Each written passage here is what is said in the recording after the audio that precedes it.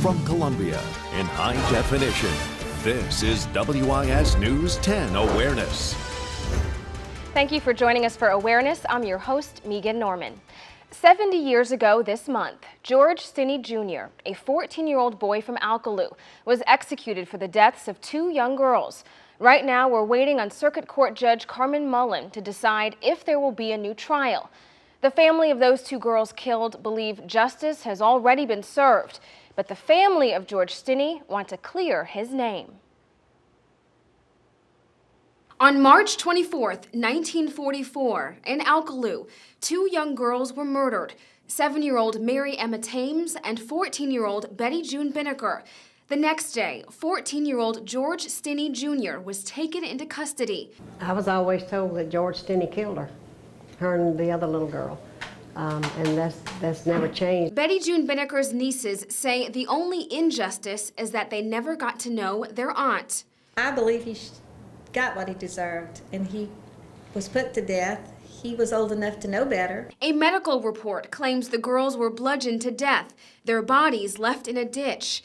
Officers at the time claim Stinney confessed, but there's no written record of it. The trial lasted about 3 hours. According to reports, Stinney's defense presented no witnesses, no physical evidence, and did not file an appeal. It took a jury of 12 white men 10 minutes to decide Stinney's fate.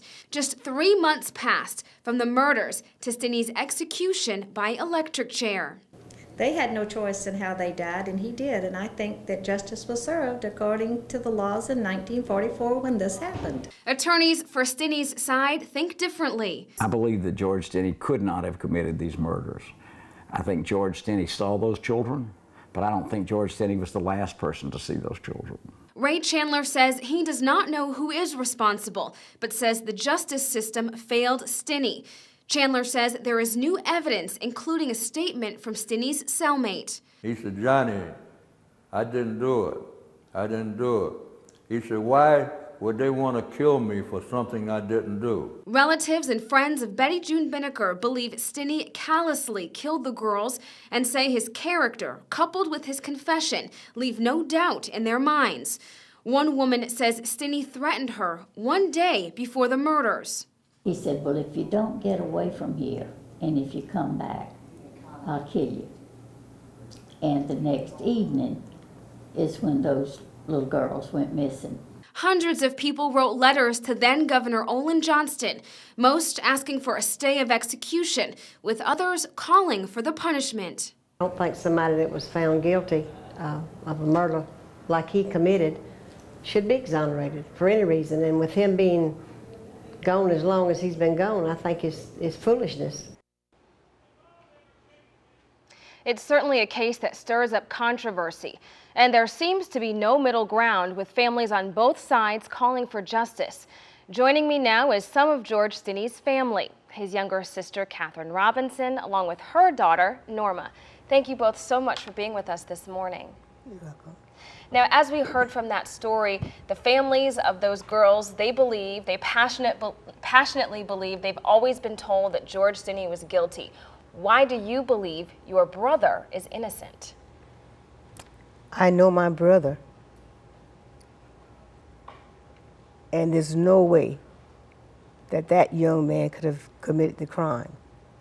And how do you know that? Because he never left the house. Once he brought the cow back to the house, to the yard, he did not leave the house. So how in the world could someone kill someone and they're still home? So he told you that he was innocent, correct? I never spoke to him. Once they took him away, I never saw him again. How did that make you feel? How did that change the family dynamic?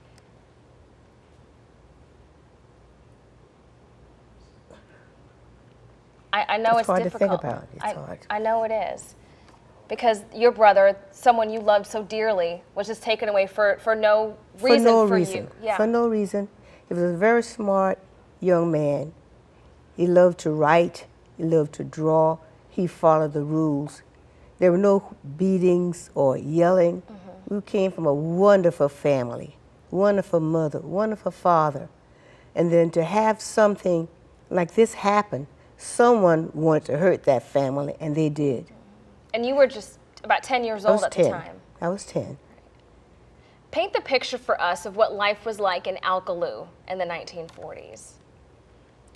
From what you remember. Yeah, we attend the schools, and my parents were at every PTA meeting. And in the event that George was a bad kid, it would have come out because of the fact that we had wonderful parents, and they all the children obeyed the parents, and we didn't have any problems with George and hurting anyone else. He was a good brother, and I looked up to him because I thought he was the smartest.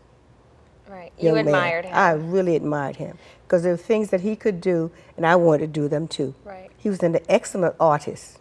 He loved to draw. He loved to make things.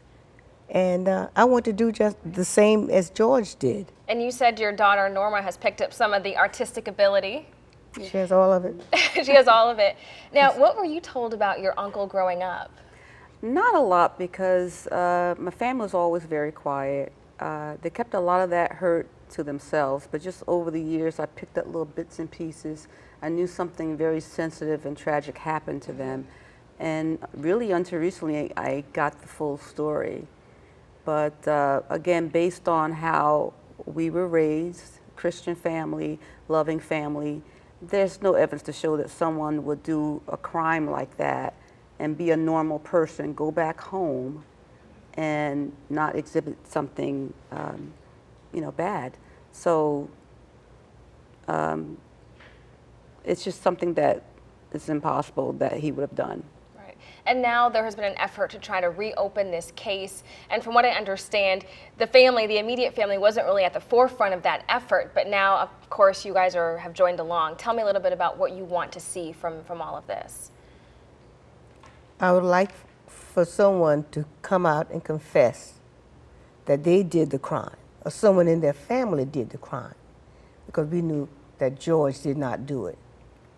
He did not have the time to do it. If you have loving parents, you respect your parents, you would not do anything to upset them. And we have respect for our parents, so we follow the rules. And I just want to see someone come up and say, I knew who did it. Someone in my family did it. George did not do it. So 70 years later, you still want... I want justice for George. What about the little girls who were killed? Someone did it. George didn't do it. I want the people who did it, and they knew, and they know.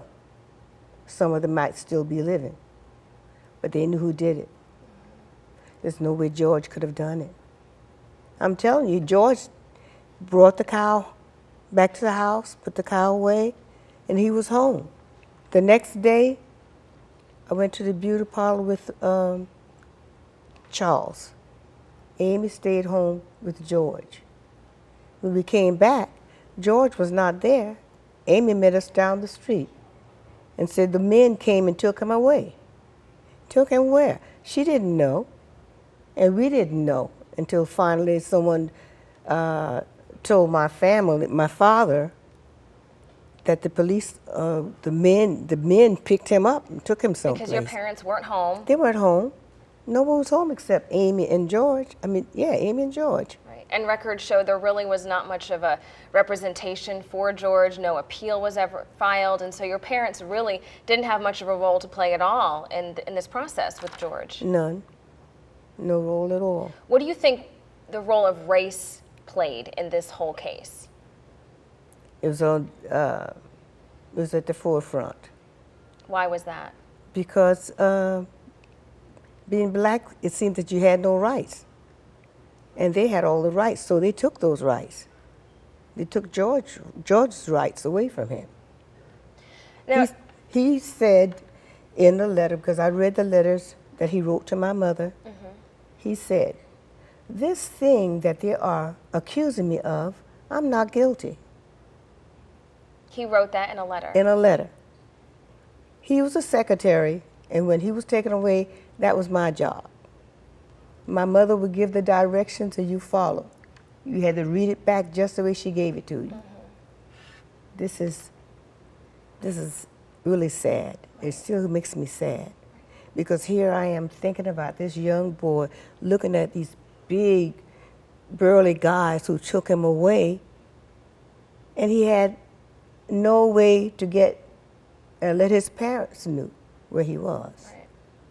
And even in 1944, you still believe there should have been some sort of due process for your brother. It should have been, but it was a hurried trial to get rid of George, to make things quiet. Right.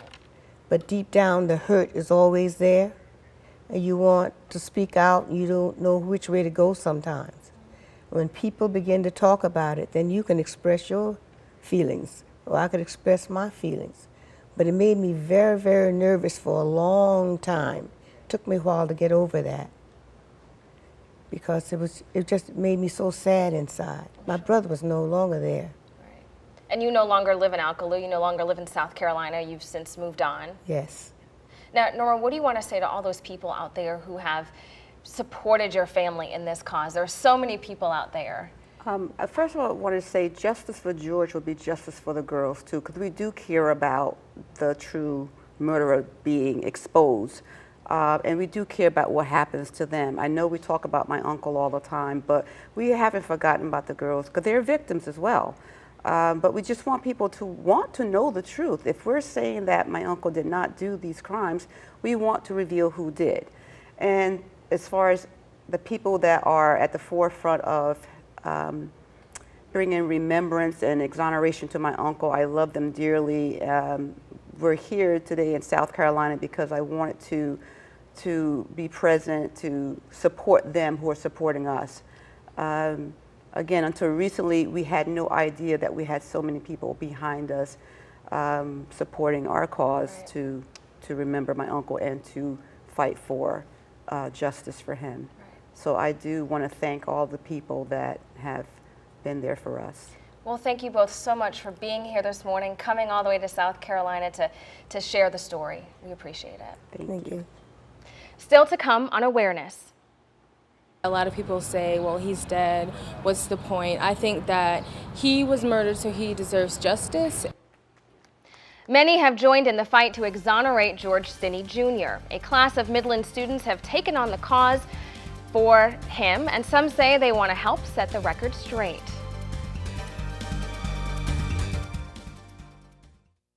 Welcome back to Awareness. A strong grassroots effort has begun among many who want to help clear George Stinney Jr.'s name. One man who has been researching the Stinney case for years recently erected a memorial to the teen. Chad Mills reports. Injustice anywhere is a threat to justice everywhere. Right. And this was an injustice. Outside the small town of Alcalá, it was said that he loved drawing. yes.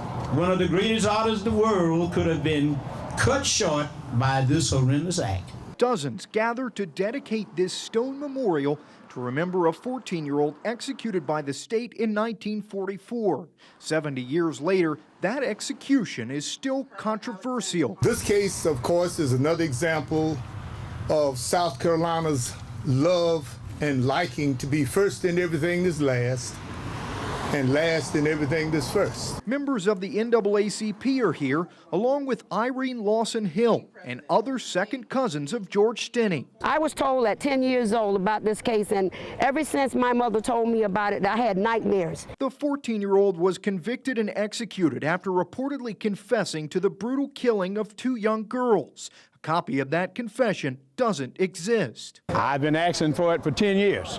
Still hasn't been able to be produced. Many like George Frierson have more questions than answers. He's dedicated years of his life to clearing Stinney's name. Nothing added up.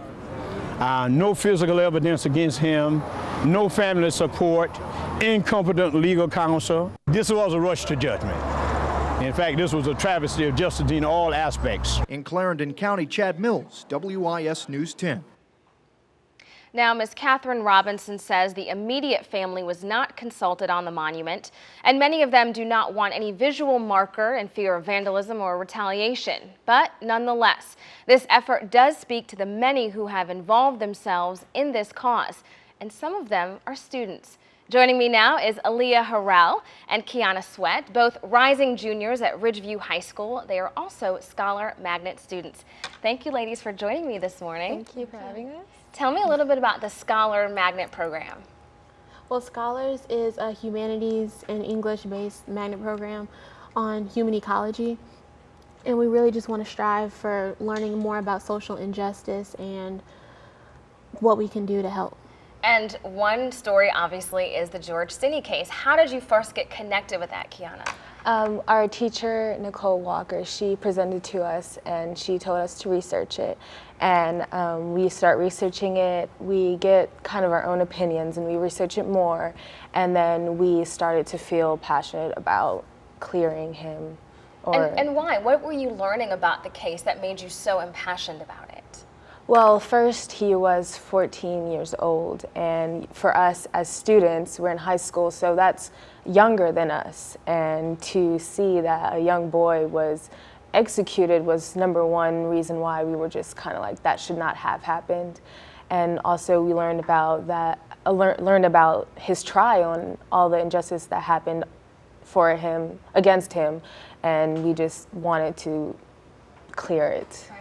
And so, Aaliyah, what did you learn about the George Stinney case? I learned about how, I knew that racism and things of that nature were really bad back then, but it made it a lot more personal and a lot more real that something happened to a 14-year-old, that he was killed, and he didn't even have a fair trial. And very, very close to your age. Mm-hmm. And both of you have been pretty active in this cause, and I know you had a couple of speakers come out to your school to talk to you about this. But this is also personal for you too, because your grandfather grew up here in South Carolina. What were some of the stories he told you about growing up back then? He just basically really wanted me and my family to know that all the struggles that he went through at the time were to make us have a better life. Like he told me a while ago about this black man with his wife and his grandchild were driving to Bishopville, and he ran out of gas on the way, so he stopped to get gas, and at the gas station they had a convenience store, so there were groceries, and he was getting gas, and it's a very prominent white family that owned the convenience store,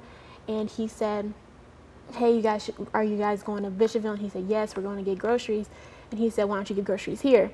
And the man was like, no, I don't want to get them, they're cheaper in Bishopville. So the prominent white family, the man, he came and he beat up the father and the wife, and he slapped around the child, and then they tore up his car. Really? Mm-hmm. This is all what your grandfather told you about Mm-hmm. about that time. So you have a pretty good understanding of some of the things that were happening about racism, for example. So what do the two of you want to see come from this case? You know it's currently in the process of possibly getting a new trial. What do you want to see as the end result? I just want to see justice, and he didn't deserve such an unfair trial, and we want to give him his justice and his support. Well, thank you ladies so much for being with me, and thank you for all the research and work that you're doing in school. Best of luck to you. Thank you. Still to come on Awareness. 50 years in the making, shaping the community by promoting peace. We take a look back and ahead to the future of the Greater Columbia Community Relations Council.